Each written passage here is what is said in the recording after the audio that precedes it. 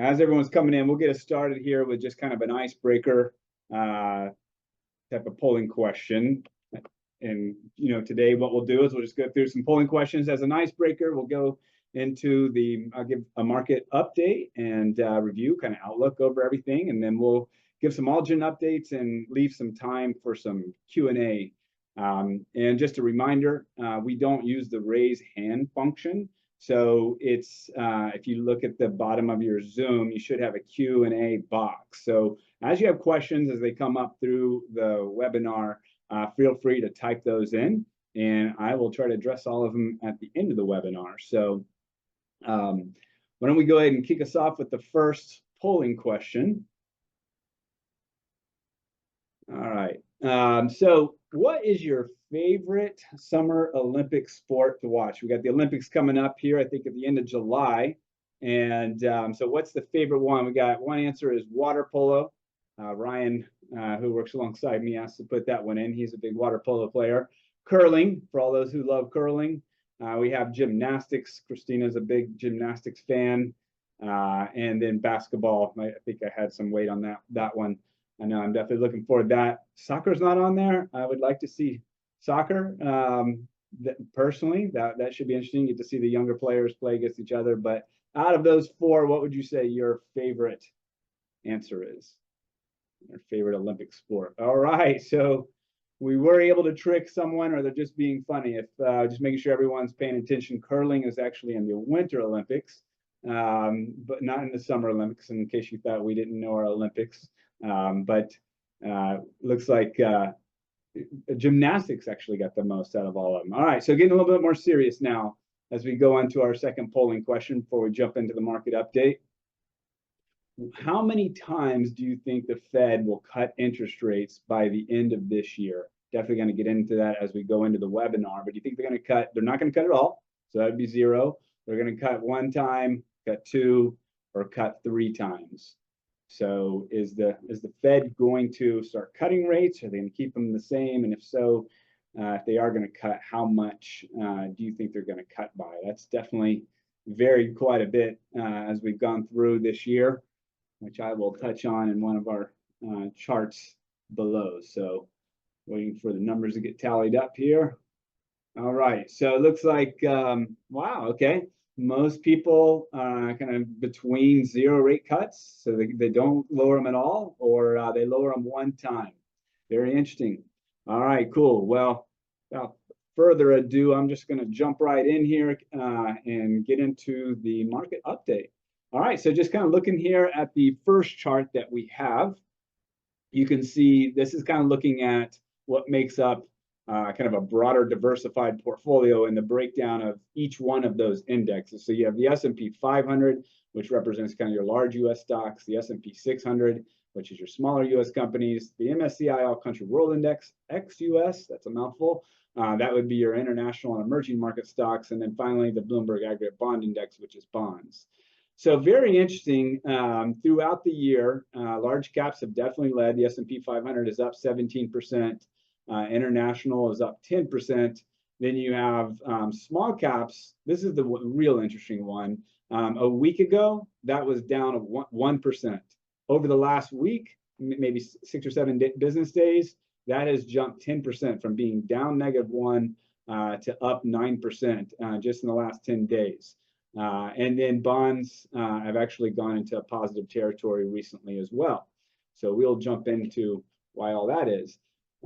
So this chart, I think, is a really important chart to kind of, 1, understand what's driving markets, and 2, kind of being able to, 1, yes, we want to take advantage of things that go up a lot, but 2, we got to be careful, and I'll get into further slides that kind of represent this, but we want to be careful trying to ride the stocks that have been doing the best too long. So we're looking at, on the left side here, we're looking at the Magnificent 7, which is the green line. And then the blue line would be the S&P 500 that doesn't hold the Magnificent 7. So basically the rest of the 493 companies that make up the S&P 500. And then the gray line is the actual S&P 500.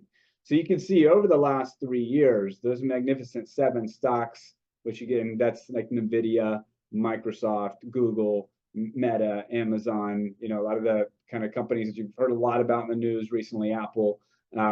They have had huge runs in 2021. Then they took a massive hit. So they were up 40% in 2021 and then down 40% in 2022. And it's just interesting there, if you look at from the beginning of 2021 till the end of 2022, if you go up 40% and you go down 40%, you're not flat. You're negative, and you're negative by almost 20%. So that's why it's important not to lose too much on the downside and try to navigate that downside. However, they came roaring back. And so in 2023, they were up 76%, and year to date, up 33%. So that Magnificent Seven and those stocks have really driven the S&P 500. And it's important also to note the S&P 500 is market cap weighted, and market cap is the measurement of the size of the company. So if it's market cap weighted, the index, the S&P 500 is, that means that the largest companies make up a large percentage of the overall S&P 500. So right now, of the top 10 stocks in the S&P 500, the top 10 stocks make up 37.6%. So just under 40% of the S&P 500 is only made up of those top 10 stocks. And the 60% approximately is made up of the other 490.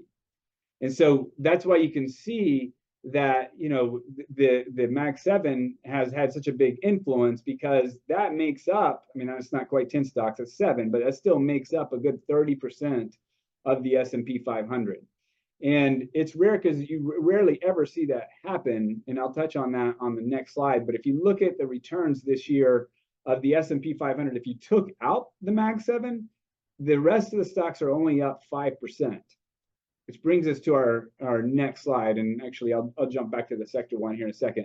But it's been such a rare time to see the market go through a string that we're in right now, where you basically have, and what this chart is showing, it's the number of days in the past 30 sessions when the S&P 500 moves one way, but the net advanced decline moves the opposite. And what that really means is that the S&P 500 has been going up while the majority of stocks have actually been going down.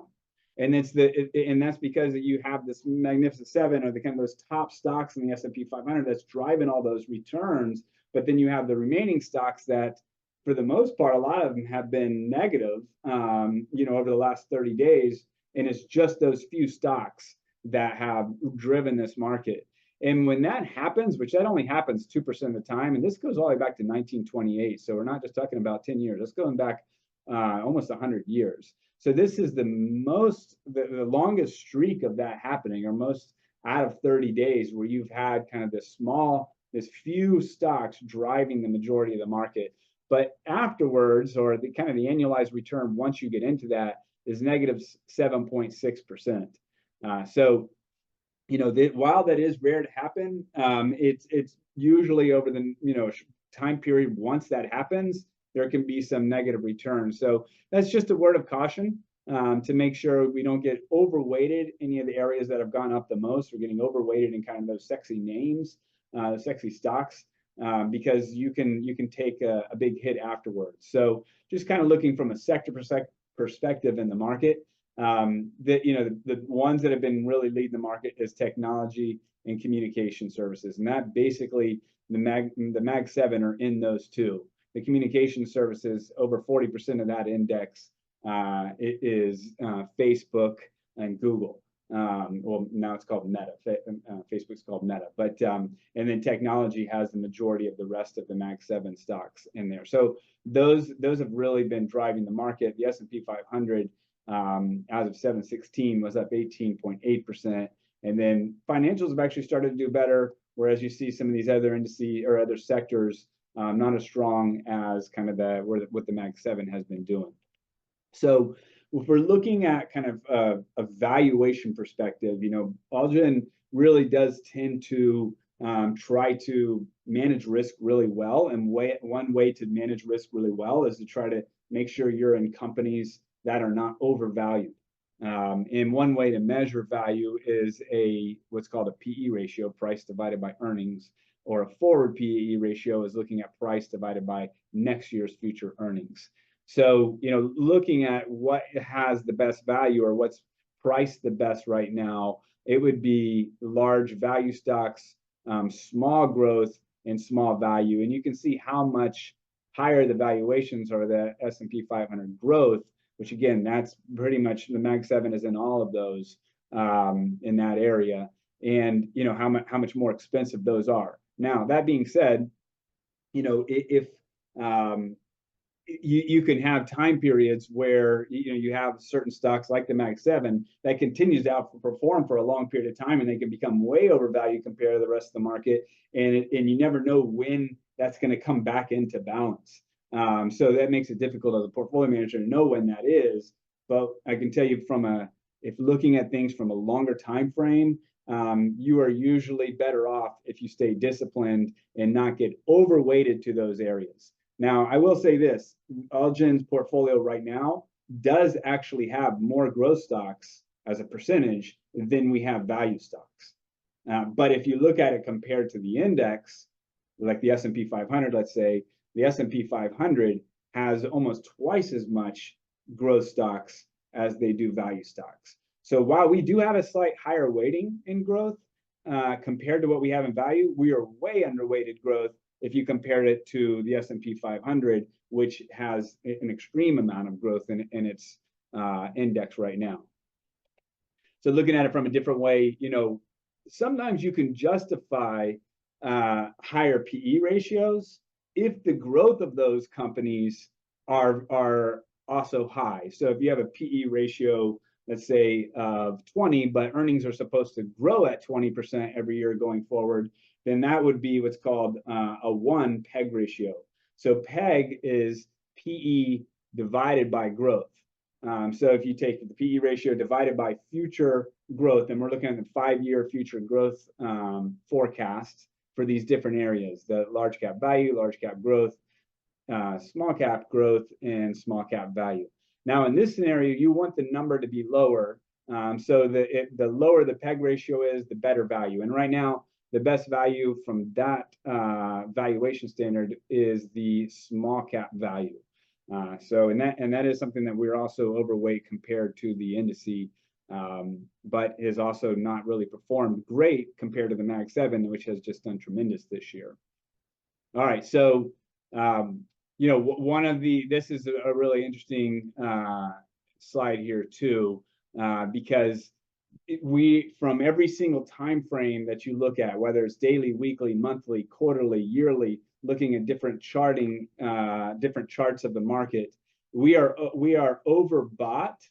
And I'm going to get a little bit technical here for a second, but we are overbought in every single one of those time frames. So there's something called the Relative Strength Index, or RSI, which kind of measures momentum. And when that gets above 70, that's considered overbought. It doesn't mean stocks will come down immediately afterwards, but it is kind of extended on the upside. And looking at it from every time frame, if we look at a short-term time frame, intermediate time frame, long-term time frame, every time frame we look at, we are actually overbought. And this data is as of last week. So things have changed a little bit in the last couple of days, but it's just a very rare circumstance. Again, this chart goes back to 1920. It's only happened a few times in that 100 years where it's gone above this dashed line. So, and when that does happen, it's only happened 1% of the time. You have annualized returns that are negative 4.1%. What's interesting though, is it hasn't been a bad long-term sign when you have that overweighting across all those different time frames. So if we look at here's all the time frames where you did have the S&P 500 overweight through multiple different, short-term, intermediate, and long-term. All these red dots represent that.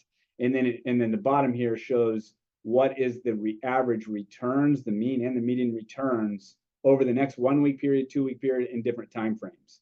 So you can see really over to the left of this line here. So, from the 1 week, 2 week, 1 month, 2 month, 3 months, most of those time periods are negative, which means the majority of the time when the market gets overweight, overextended to the upside, you do have a pullback. But if you look a little bit further out over the next 6 months and 12 months, so the 6 months returns 83% of the time have been positive after that happened, and the 12 months time frame after that happened has been up 3/4 of the time with some pretty decent returns. Kind of a median of 10% for 12 months, and then just through 6 months is 6.4%. So all that to say is, with the conditions that we currently have, and I don't have a chart for this, but seasonally, we're going into a kind of a weak time frame, which is kind of August, September, October time frame. That's typically when markets will pull back some. And so during that time frame, so over the since we are overweight, what we may have happen is that you may get a pullback over the next few months, but just because we've gotten overextended in all those different time frames, actually looking out longer term, it's been healthy for markets, and it hasn't been too bad. So just a word of caution, over the next few months, we may get a little bit of a choppy time frame, but at least historically, that hasn't been a long-term bad thing to be overweight in all those time frames. So as we kind of look through back to kind of the valuation side of things, but this time, instead of looking at size of companies, we're going to look at value versus growth. And just to kind of give you an idea what growth is, growth would be a stock whose revenues and earnings are growing at a fast period. They may not actually even have earnings sometimes, but revenues are growing fast, and it's a stock that's kind of on the up and up from the standpoint of its revenues and earnings growing really fast. But it could be an expensive stock, but the thought process is it could really grow into the future, and this company's growing fast. I'm willing to pay a little bit more in valuation because I see the growth prospects going forward. And then a value stock would be a company that, for whatever reason, it is either the stock price has come down or earnings have gone up at a really fast or at a higher rate than the price has, so that the valuation of that stock is much cheaper. It's really, stocks are at a good deal, if you will. So over time, value tends to be, and looking at this chart, value tends to be at about a 71%, or it's only trades at about a 71% valuation compared to growth. So they typically, hence the name value, they typically are at a lower valuation. But what we're looking at this chart, if they're below that green line, value stocks are cheap and growth is expensive. If you're above the green line, growth stocks are cheap and value is expensive. So you can see here, as of right now, we're at one of the lowest time periods, or most cheap time periods in the last 25 years for value stocks. Does that mean that value stocks are going to all of a sudden outperform? It doesn't necessarily mean that. No one knows the future. But historically, like you can see back in '99 when that happened, in a kind of a similar time period where tech stocks and those growth stocks did really well in the late '90s, but then fell pretty hard from 2000 to 2002. After you got to this level of valuation, a low level of valuation compared to growth stocks, value did outperform significantly over the next 7 years.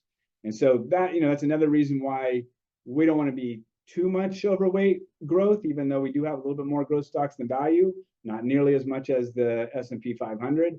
And we do want to kind of position ourselves in a place where we're finding better deals, and that's where the better deals are found right now.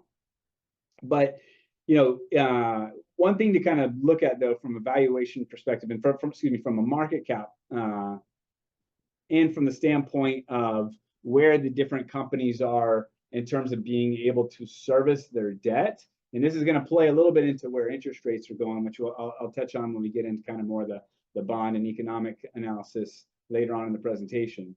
But it's a little bit different time frame right now than the tech bubble. So if you see the tech bubble over here, we're looking at 3 different market caps: large cap, mid cap, small cap, and comparing it in the last couple of bear markets, or prior to the bear markets. And now we're looking at it currently. So, in the tech bubble, you had a lot of large cap companies that weren't profitable. So this is looking at the percentage of companies that are unprofitable.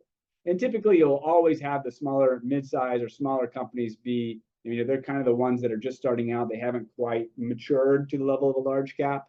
So they'll tend to be more of them that are unprofitable. But during the tech bubble, even large caps, more than a quarter of them were unprofitable. But if you look at right now, large caps, only 7% of them are unprofitable. Where you have, even though small caps are kind of at that long-term average approximately, significantly more small caps are unprofitable right now, and mid caps kind of right in between there. And what that really means is if we look at it from the perspective of those different size companies being able to service their debt. So if you look at an interest rate coverage ratio, which basically means that them having the ability to be able to service their debt, large caps, so if the number's higher, you're in a much healthier position to be able to service your debt. So with the large caps being the gray line, mid being the green line, and small caps being the blue line, you can see here that large caps are in a much better position to be able to service their debt. And that's why when interest rates are going up and they're staying high right now, large caps have really outperformed small caps. That being said, if you do start to see a turn in interest rates and interest rates start going down, that will really help the small caps and mid caps. And it is kind of interesting, and I'll touch a little bit more on this later, that it does look more and more probable that the Federal Reserve will cut interest rates in September. And so, and small cap has jumped about 10% in the last 2 weeks as that became more and more of a higher percentage that will happen. So just to make a point that even though small cap has underperformed, it could, as interest rates come down, that could give some relief to some small cap companies, and that may be an area that could outperform if that was to happen. All right, so switching over to global valuations and pointing this out just to show that the U.S. is definitely, from a historical standard, significantly overvalued compared to its 25-year average versus like Japan or Europe or emerging markets or China. So, the gray area here kind of marks the range, the high end of the range and the low end of range of valuations over the last 25 years. The purple line is kind of the average of 25 years. The dark blue line is where we started the year. And then the current is this blue line here. So you can see we're at a 21.4 PE ratio of the U.S. stocks versus, and that's significantly above its kind of 25-year average, which is closer to 16. But if you look at it from the standpoint of Japan, even though the Japanese and Nikkei has gone up this year, it's still under long-term averages in terms of valuation. And even Europe, it's right there at long-term averages. Emerging markets started the year right at long-term averages, now slightly above long-term averages, and China significantly below long-term averages. So from a valuation perspective, that would point to the better deals kind of being more international, but it's difficult to make that switch because the U.S. has significantly outperformed international over the last 10 years, which you can kind of see here on this right chart. But let me first say on the left side here, this is just looking at the price to earnings discount versus U.S. stocks. We showed this quite often over the last few years because it's now below it's outside of 2 standard deviations. So it's a very rare time where you see such a discount in international stocks versus U.S. stocks. They typically do trade at a discount. In fact, they typically trade at about a 16.8% discount, but right now we're double that at 35.6% discount. So again, you never know exactly when the rotation out of U.S. stocks will come into international stocks, but it's looking more and more likely that time is getting closer and closer to when that's going to happen. And what's really helped the U.S. stocks over the last 10 years, looking at the right chart now, is that you've just had global earnings, or excuse me, earnings of the U.S. This chart's looking at global earnings, but the gray line here, you can see how strong earnings have been in the U.S., the gray line here, compared to every other country during that time frame. Well, especially since 2009. In fact, prior to 2009, you had China, you had Europe, you had emerging markets, all of them doing significantly better than the U.S. Even Japan edged out above the U.S. But that is totally flipped, where now the U.S. over the last 15 years or so has done significantly better from a growing their earnings, which is a big driver to stock prices going up over the last 15 years. So that you never know when that's going to turn. You start to see a little bit more now. International, instead of going flat, they are starting to go up. China was really suffering for a long period of time since kind of just prior to COVID, but really during COVID as well, and coming out of that. But now it does look like, if you were to draw a trend line right here, it's starting to break that kind of down trend line. And we'll see if China starts to get a little bit stronger going forward, along with these other countries compared to the US. All right, now switching gears, looking at the dollar. The dollar plays so many factors across the world and across different asset classes. So it's important to kind of see where the dollar is and see the trend and the direction it's going, and to try to kind of gauge where you should go. For example, if the dollar is trending down, typically things like gold, international emerging market stocks, along with international emerging market bonds, will tend to outperform. But you can see over the last, and this chart doesn't go back far enough, really since 2009, 2010, the dollar has been in a solid uptrend. But if we look over the last 3 years, it's still been in an uptrend. And right now it's testing this support line. It hasn't broken it yet, so I'm not raising any alarms, but it is testing it. So we'll see if it does bounce off of it like it did the last couple times it tested it. Typically, if it's a strong support trend line and it's bounced off of it many times in the past, the tendency is to think that it will bounce off of it. But that's something that we're going to monitor. If it does start to break below right here and go lower, then positions like international positions, gold, should really outperform US stocks during that time. So nothing to be alarmed about yet with the dollar, but it is something we're monitoring to see if that does break and go lower. That's something that we really need to watch. Another big driver for the dollar, or one of the big drivers for the dollar, is interest rates. So when a country's interest rates are going up, that makes that currency a lot more attractive. And so being that the US has higher interest rates than the majority, especially of the developed world, along with the stability of the country, as you compare it to other countries around the world, that's what's caused the dollar's strength over the last 10, 15 years. But if interest rates start to go down, then the dollar tends to be very correlated to that, and it should also go down accordingly. So something to monitor. And to that point, we do have a decent sized position in gold in our portfolio. Gold has actually outperformed the S&P 500 year to date. It's up 19.5%. And you can see it looks like it's trying to take another leg higher from this recent kind of base that it's had over the last few, or consolidation period that's had over the last few months. So gold is still looking strong. And if the dollar breaks down, that may continue to go higher. So as we transition to that, now kind of looking at inflation, the economy. So if we look at inflation here, looking at two different measures, which is CPI and PCE. The Fed tends to use the PCE, and then each line has kind of the headline number and then the core number. So core tends to take out the more volatile things like energy and food, whereas the headline number includes everything. You can see that inflation kind of peaked mid-2022, and it's been coming down.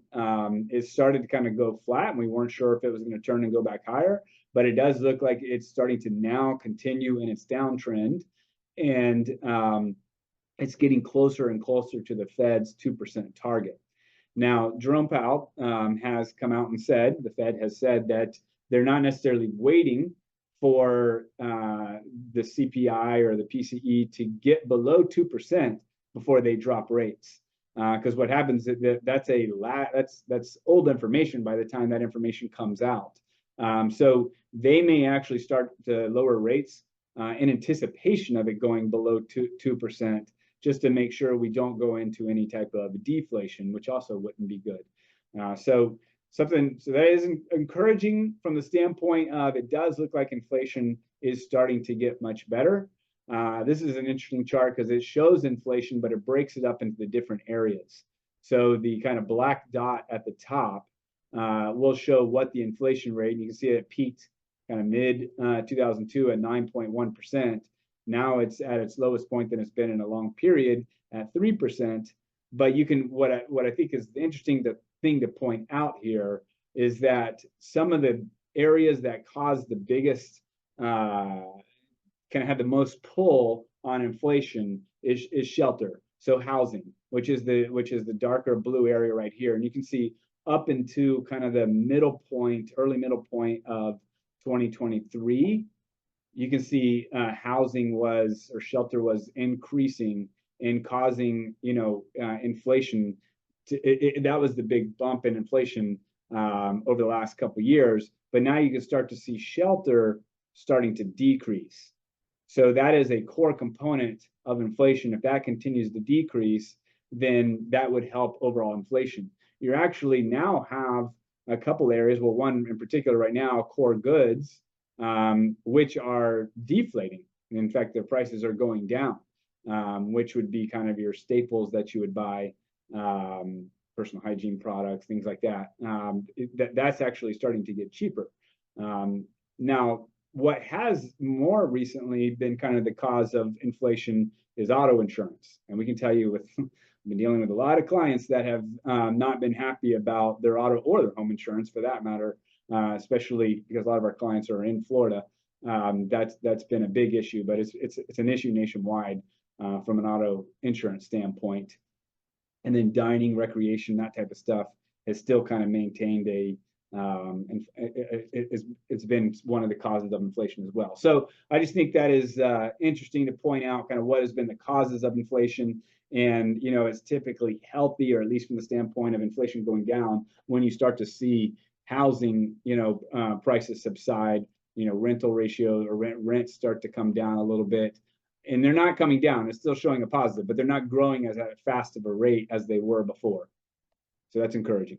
Now, jobs is another big driver of inflation, or I should say wages is a big driver of inflation. So when wages go up, that causes wage inflation, or that's called wage inflation. And when you have wage inflation, when people earn more money, they tend to spend more money.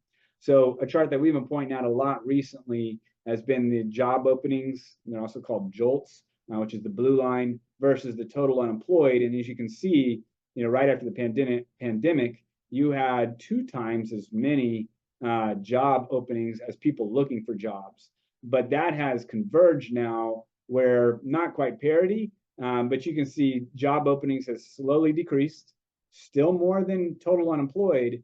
But if we zoom in just on the total unemployed, you can start to see that the unemployed is starting to increase. And it's now up to 6.6 million. So, if that trend continues, you should potentially see a scenario where you have more unemployed than you have job openings, and that maybe eases some of the wage inflation, which you've already started to see some of that ease, which again, then that would take away a big driver of inflation. So that definitely helps from that perspective. So another thing to look at is purchasing managers index, so manufacturing PMIs, services PMIs, without getting into kind of the technicals of what that exactly is. Just an easy way to read it. If the number is below 50, it's contractionary, which is kind of synonymous with recessionary. If it's above 50, it's expansionary. So you can see both of those have come down, especially manufacturing, that kind of at the beginning of 2023, end of 2022, started to go negative. Services, which makes up a much bigger overall sector of the US economy, has stayed positive for the most part, but recently it's dipped into negative territory twice in the last few months. So both of those are now contractionary, which would also indicate that we are seeing the economy slow down. We don't know if we're going to go into a recession, but we are seeing the economy slow down if we're looking at a number of different metrics. So all that to say is, as we kind of, what that means taking into effect inflation, and that coming down, that's put more and more of a chance of the Fed lowering rates, cutting rates. And so what we're looking at here, this is looking at September. So the Fed will meet in July. There's a very low chance that the Fed will cut rates in July, but there's actually a very high chance right now, according to the Fed funds futures, that there's about a 94% chance that we will cut rates for the first time in a long time by 0.25% in the September meeting, September 18th meeting. So that has really shifted a lot over the last month. You can see there's about a 60% chance a month ago. Now that's up more closer to a 94% chance as of today. So I point that out to say, this is, for the first time in a long time, it does look like a high probability that the Fed will cut rates. And so if we look at them a little bit more longer term projections going forward, the dark blue line is showing the actual Fed funds rate. And then you're looking at the 3 different dash lines. The red one is what the Fed is predicting. The yellow one is what the market is predicting right now. And then the light blue one is where the market at the beginning of the year was predicting. So at the beginning of the year, the market was actually expecting 6 rate cuts. The Fed all along has been saying that they're going to cut rates 3 times. At the end of April, we don't have a line for that, but at the end of April, the line looked a little bit more like this. So the market went from thinking it was going to cut 6 times, and then fast forward 3 months to the end of April, then it looked like they weren't going to cut it all by the end of the year. And now the yellow line, it looks like it's kind of pretty much the same projection of what the Fed thinks. The market thinks we're going to have about 3 rate cuts by the end of the year. And the FOMC also thinks we're going to have about 3 rate cuts by the end of the year. So for those of you guys who answered the polling question in the front, 0 and 1, we'll see. I think that was definitely more of the consensus that the Fed wasn't going to raise rates or only cut them once over like about 3 months ago. But it's definitely looked like they're going to start cutting them more recently. The data is showing that. So, but no one knows the future, and we'll see what goes on there. Now, we did some iteration of this chart a while back when bonds were really taking a bad hit in 2022. But I wanted to bring it back because bonds haven't really done great this year. They're only slightly positive. The aggregate bond index is only slightly positive year to date.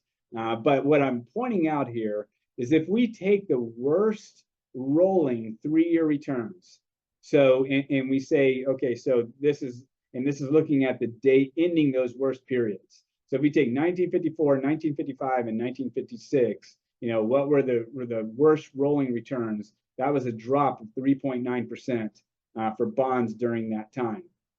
Now, we went back and we looked at the worst 10 time periods over the last, actually going back to 1926. And prior to this most recent drop in bonds, the worst time period, the worst 3-year time period was 1969, which was 67, 68, 69. You had a 3.45% drop. And then 1980, which was 78, 79, and 80, that was when rates were going up really fast, right before the 80s. You had a drop in 3.1%. So those were the worst time periods in the last 100 years. Now, to put it in perspective, and we've mentioned this quite a few times, how bad bonds did in the last 3 years. Now, this is looking at 2021, 2022, and 2023, down 18.41%. So like 6 times worse, approximately 6 times worse than the worst time in the last 100 years. That's how bad bonds did. Now, that is in the past. So, I'm not saying exit bonds. You want to buy low, sell high, right? So if bonds go down, which meant interest rates would have had to gone up a lot. So if bond prices go down, now could potentially be a really good time for bonds to outperform going forward. So what we did is we looked at that worst rolling time period, and you kind of see the visual of that, and what happened over the next 3-year period. They were all positive, some better than others. They were all positive for over the next 3 years. But on average, so you can see, The worst time periods prior to this one right here, when you had a drop of 3 and another drop of 3, one in ending 1969, one ending 1980, the next 3 years had a return of 32%. That's like almost 10% per year. And then, and then after 1980, so 81, 82, and 83, you had a 48% return over that next 3-year period. So that was the worst 2 time periods prior to the most recent, down 18%. So we don't know what the next 3-year holds, but on average, kind of the median return over the worst time periods in the last 100 years has been a 26% return after bonds had a really bad 3-year period. So that would be, doing some quick math in my head, that'd be about an 8% annualized return. So, balanced accounts and conservative accounts, which have, balanced accounts have about 50% bonds, conservative accounts typically have around 70% bonds on average over time. Those accounts have really done poorly over the last 3 years because of how poorly bonds have done. And so that, especially conservative accounts, since that makes up a big weighting of that, I mean, it was off the charts in terms of how bad bonds did. It wasn't even a close comparison. So all that to say is, yeah, it's been a really rough time for the kind of the balance in the conservative time periods. But going forward, history has shown us that when bonds have done that bad, they typically do significantly better going forward.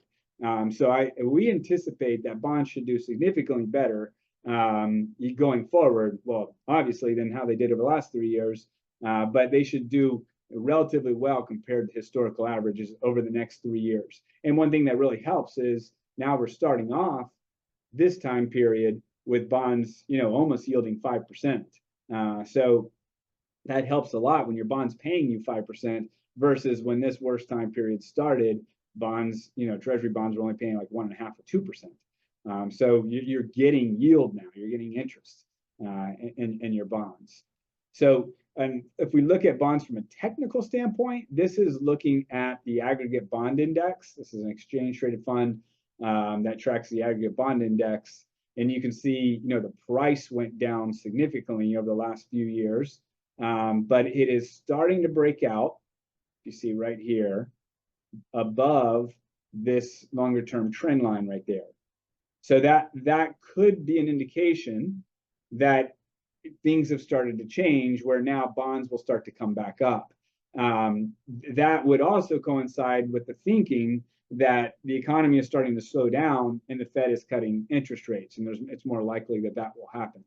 So for those of you who have a significant amount of bonds in your portfolio, I think some relief is coming, and let's see if that plays out. But that looks like that shift may be starting or getting really close. All right, if we look at the different, just year to date, the different components of the bond market, high yield has done the best. It's up 3.7. And this data is a few days old, but they're all about the same here. Emerging markets are actually up 3.6. Money markets have done 2.9. And then you see investment grades 1.3. Now go on the other side here. Longer term treasuries this year are down 5%. And you see even some of the more intermediate, shorter term treasuries are also slightly down. So there, you not only have you had a really bad 3-year period, but even into 24, there are certain components of bonds that are still not doing that great this year. That being said, if interest rates are starting to come down, which we think there is a high likelihood that will happen, the area that should do the best are these long-term treasuries. And so we have just recently, we've been really underweight this area for a long period of time. We've just recently started to add a little bit into kind of the longer term area, more kind of 10 to 20 year treasuries, just to try to get some outperformance and buy those at really good values, really cheap. And as they potentially go up as interest rates and as the Federal Reserve lowers interest rates. Now we're just slowly starting to make that move, but we've now shifted to where a little bit longer duration than the aggregate bond index, where we spent most of the year shorter duration than the aggregate bond index. All right, so as we kind of switch to the consumer, because the U.S. stock market is made up of about 70%. 70% of its GDP is made up from consumption, people buying things. And so if we look at the consumer and we look at just kind of a long-term savings rate, and when the saving rate is high, that would be a healthier consumer. When the savings rate is low, an unhealthy consumer. And you can see the average over a long period of time, that's going back to 1960, is about 8.5%. During really since kind of the early 90s, that average has really started to lower. But you can see how it spiked up significantly when people started getting a lot of stimulus checks in 2020, 2021, that time frame where we really shot up and had a huge amount of savings. But now we're back to, we've dropped down significantly where it's only 3.8% savings rate.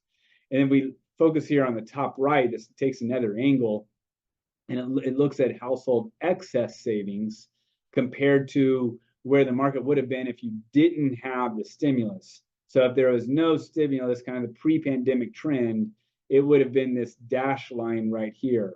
But as you can see, this big spike, which are these two big spikes right here in personal savings, that went up a lot when all the stimulus packages came out in 2020 and 2021, which through this kind of mountain chart, this blue, light shaded blue area right here, shows excess savings above and beyond what would have happened if we wouldn't have had the stimulus package, got up to 2.3 trillion.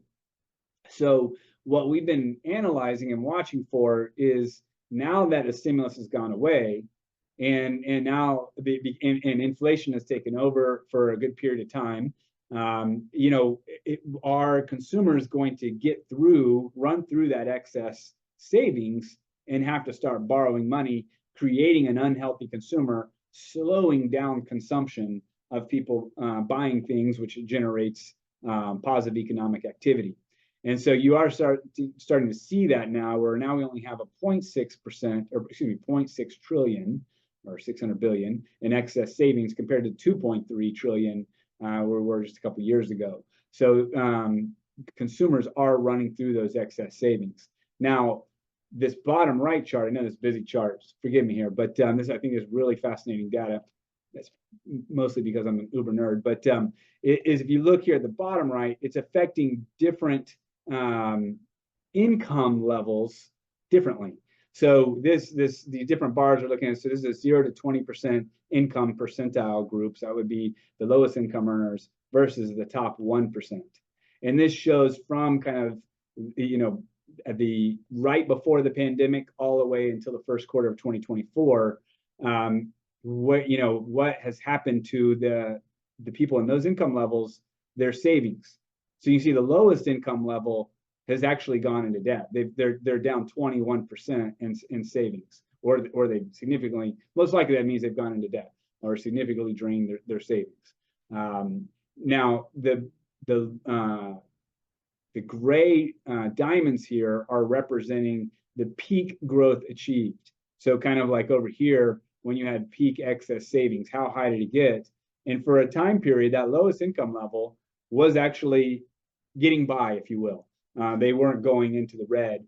But if you look kind of further over at some of these other groups, you have the 20 to 40, 40 to 60. Most of these had significantly higher peaks.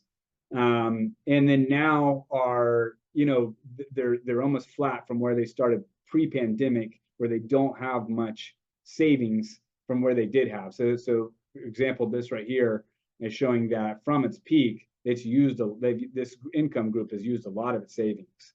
Whereas you can see a little bit healthier in the higher incomes, they're still maintaining an 8% of their savings.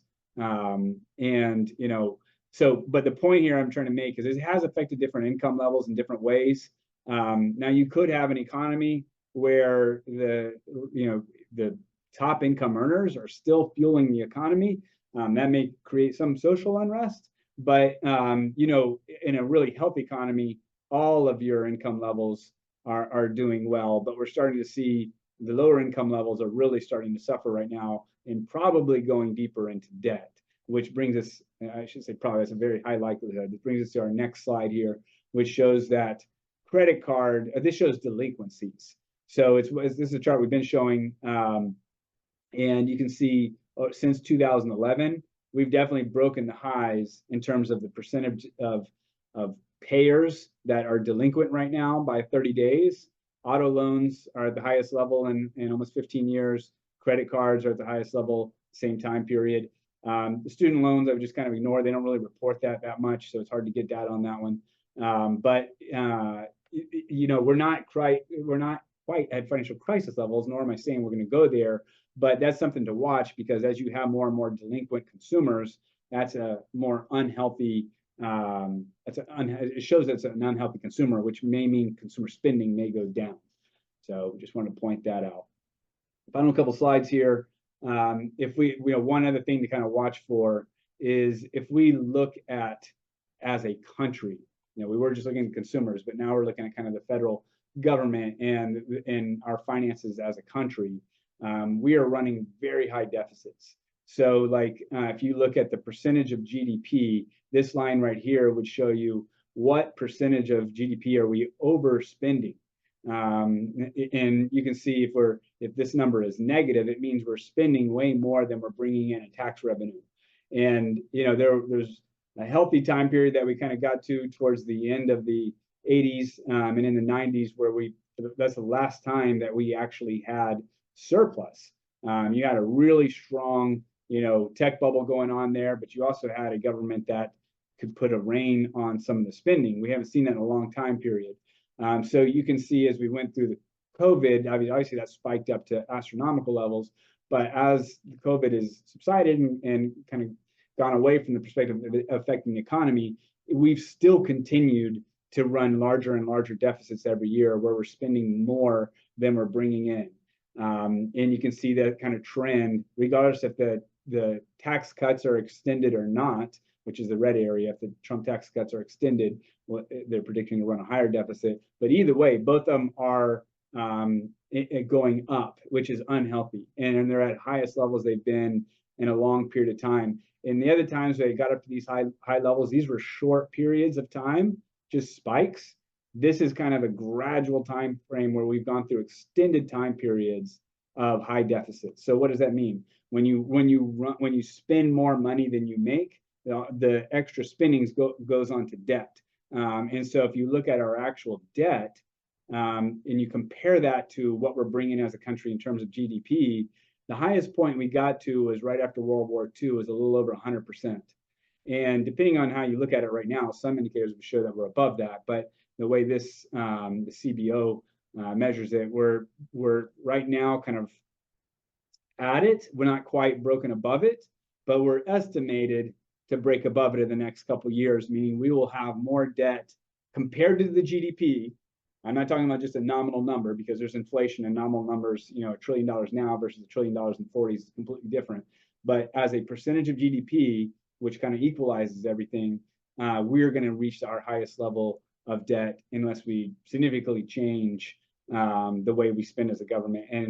And honestly, looking at either political candidate coming up for president, neither one of them is big on cutting deficits, and they're not talking about lowering the debt. So that's something to monitor, because if you tend to go up at a really fast level, that could potentially weaken your currency. Now, that being said, if you look at Japan or if you look at the Eurozone, they're actually worse off than us. So sometimes, we're still the lesser of the evils, if you want to call it that. We're less bad than they are. And that's, kind of how it's looked at at this point right now. So we'll see. It's just something to monitor, and I think it's important to look at. Now, last slide here is, elections are coming up. Obviously there's been a pretty crazy weekend last weekend. We're going to do a full analysis on elections in our October webinar. So stay tuned for that. But I point this out to show just how important it is to stay invested no matter who is president. So on the left here, you'll see if you invested $1,000 in 1953 and you only invested when a Republican was president, you'd make $27,400. If you only invested when a Democrat was president, you'd make $61,800. My point here is not the market returns better when a Democrat is president. My point here is if you take this section right here And then you go over here to the right, that's the same numbers down here to the right. And we look, well, what if you just stayed invested the whole time? If you stayed invested the whole time, you would have 1.69 million. 1.69 million is significantly better than 61,800. So it's super important to stay disciplined and separate politics from just sound investing over time.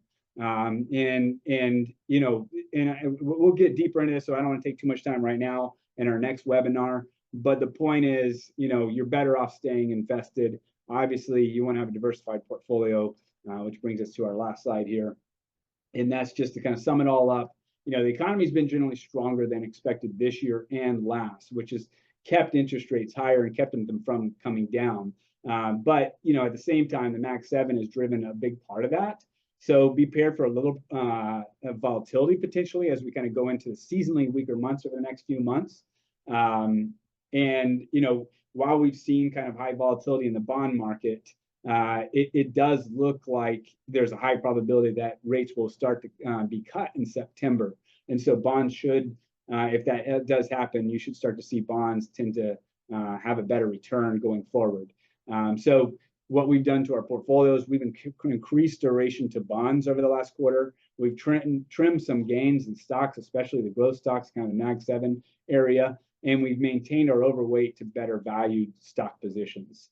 So bottom line, you know, well diversified, disciplined strategy that manages risk first will be your best friend. But I will throw a caveat to that. It's not always your best friend when you have a few stocks that are outperforming everything else. While you will probably do pretty well, you may get a little FOMO and fear that you missed out some of the, you know, those high flyers. But, you know, if you take a full market cycle, you tend to be better off. So make sure, you know, if you have any concerns with your portfolio, you know, contact your advisor and we'd love to talk to you and help you out.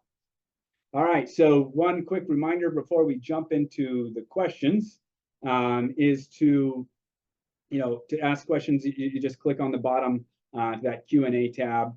As you're kind of going through those questions there, just a quick kind of update. You know, we want to make sure everyone knows that we do produce quite a few resources that I know are a little bit biased, but that we really believe will help you out in understanding kind of basic financial planning. We've been starting to get a little bit more technical with those too.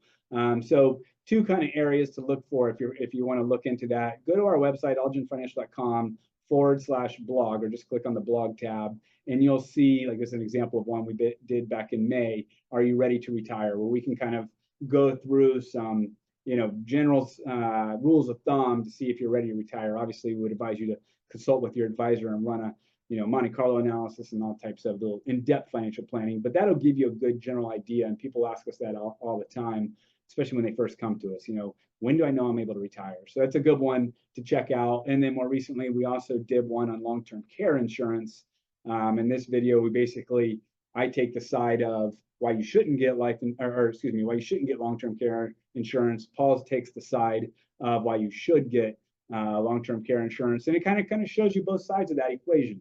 And so it's good for those people who are thinking of if they need long-term care insurance, and certainly we'd advise you to call your advisor to really look into that for you. And then just a couple updates from a planning side. Again, there's some tax-free holidays coming up. Now this is for Florida, but a good majority of our clients are from Florida. So July 29th through August 11th, back to school. And then as you prepare for hurricanes, August 24th through September 6th, some tax holidays. So if you want to save on the sales tax, you can get some deals there.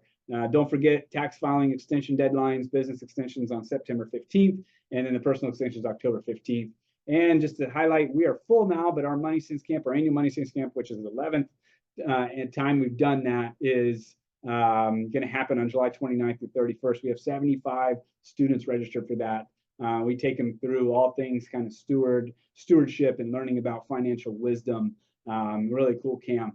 We get really excited about. We shut the whole company down essentially for 3 days. We have a couple people running the ship, but where we really focusing on helping these students, high schoolers mainly, really learn at a young age what I wish I would have known that at a young age, to really manage their money well. So, and last but not least, we want everyone to welcome Reed Blackberger as a new addition.